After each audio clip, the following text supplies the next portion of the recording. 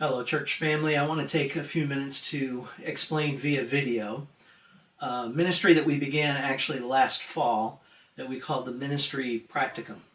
And for those of you who aren't familiar with it, the backstory to that is that over the last several years, the Lord has been adding to our church family quite a large number of folks that have served in vocational ministry.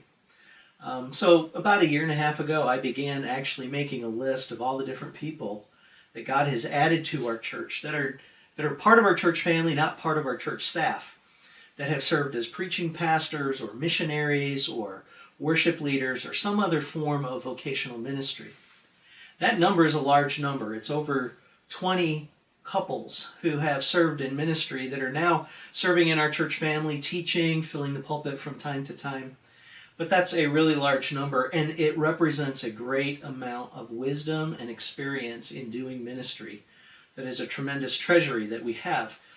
But I've been praying over the years and talking to our staff and deacons about this, asking the question why the Lord has brought these folks into our church family, and at the same time why He has placed us in a position where we're close to Cedarville, and we have access to a number of young people who are there training to enter vocational ministry as pastors or lay leaders or missionaries. And it seems like a really great opportunity that we have to bring all of those many, many years of very practical, in the trenches, ministry wisdom and experience of our ministry veterans together with our newbies who are training and learning in the classroom how to enter into vocational ministry as they give their lives to the Lord. So bringing those two groups together, the veterans and the newbies, has been one of the things that is the goal and the aim of this Ministry Practicum plan. So we kicked it off last year with a carry-in dinner. Our goal really is to do 3 different phases to this ministry. As we identify the newbies that are training for ministry, we want to plug them into our church ministry in a variety of ways. Rotate them through children's ministry, welcome desk, youth ministry, adult classes, ushering and greeting, the tech booth, just giving them an aspect of all the different ways that people are involved on any given weekend in doing ministry at our church. And if you think about it, that rotational exposure is a really good thing. Let's say, for example, someone is at Cedarville training to be a worship pastor or worship leader. Well, it's really important to understand how worship functions, but it's also important to know how the greeting connects with the worship and how the children's ministry and the youth ministry and the adult Christian education ministries all connect with worship ministry. And so just rounding out those newbies in terms of ministry exposure and experience, I think is an important part of how we can help them be prepared for whatever God might call them to.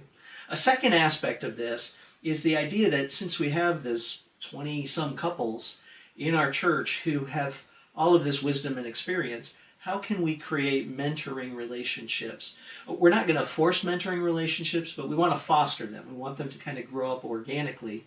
And so how do we connect them together with that idea of mentoring be a possibility? The third approach, or the third phase, is part of the answer to how we bring those people together. They're going to be connecting with others in ministry, rotating through the various aspects of our church, but once in a while, we hope maybe once a month, we want to put together a carry-in dinner, an event in an evening where the newbies and the veterans come together, we enjoy fellowship, we enjoy some food, and we give an opportunity for one of those ministry couples to have a highlight of something that they learned in the trenches that wasn't necessarily something they heard in a classroom, but they found extremely valuable in ministry. Let it then open up for a question and answer time and just a group session where we can sharpen one another.